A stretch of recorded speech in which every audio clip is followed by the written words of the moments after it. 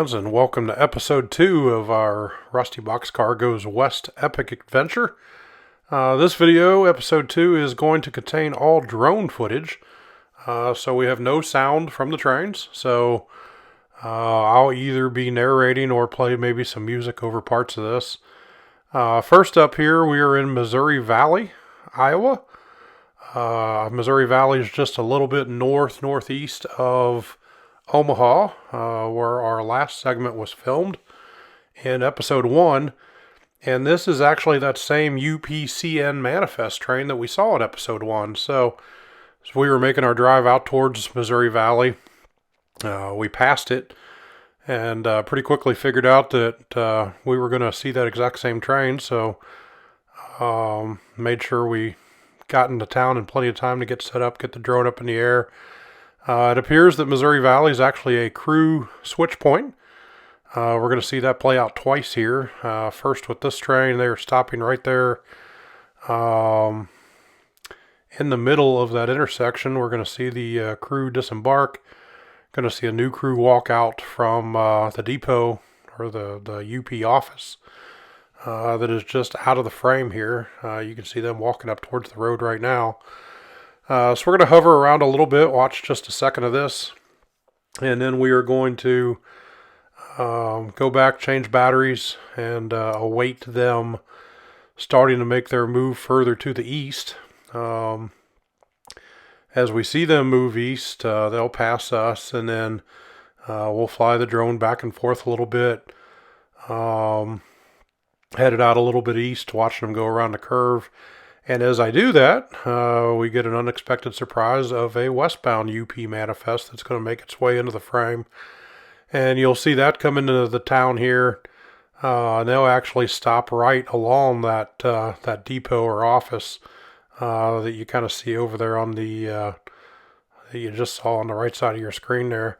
So they'll make their stop. They'll also do a crew change. We didn't stick around long enough to see them get going. That was one of our big motivators for this trip, was that we wanted to stop at a few hot spots. We wanted to check out some cool train action, but we had a lot of miles to cover in a week. And my wife was very, very generous on this trip. She packed a lot of books. She actually commented several times that she was surprised we weren't stopping to railfan more. She was more than prepared to do that, but I also had the excitement of seeing a lot of things on this trip that I knew we both wanted to get to, and didn't want to take too much time at each of these stops, because you never know. You may sit here for hours and you may not see anything, or you may sit here for hours and see 15, 20 trains, and when you've got a bigger agenda ahead of you, it's kind of tough to make that decision sometimes. So I'll cut out here. My voice is starting to get a bit raspy, still fighting a sinus infection. I will play some music for the rest of this eastbound as well as that westbound that comes into frame, and then be back a little bit later in the video to show you the next location and talk about why we stopped there and what's so cool in that footage.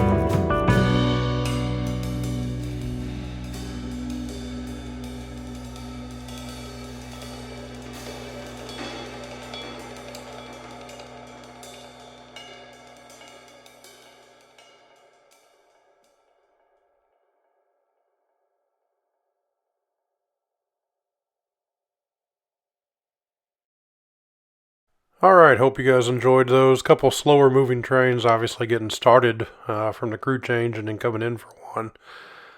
Next up here, this is in Petro, South Dakota. Not sure exactly the proper pronunciation of that.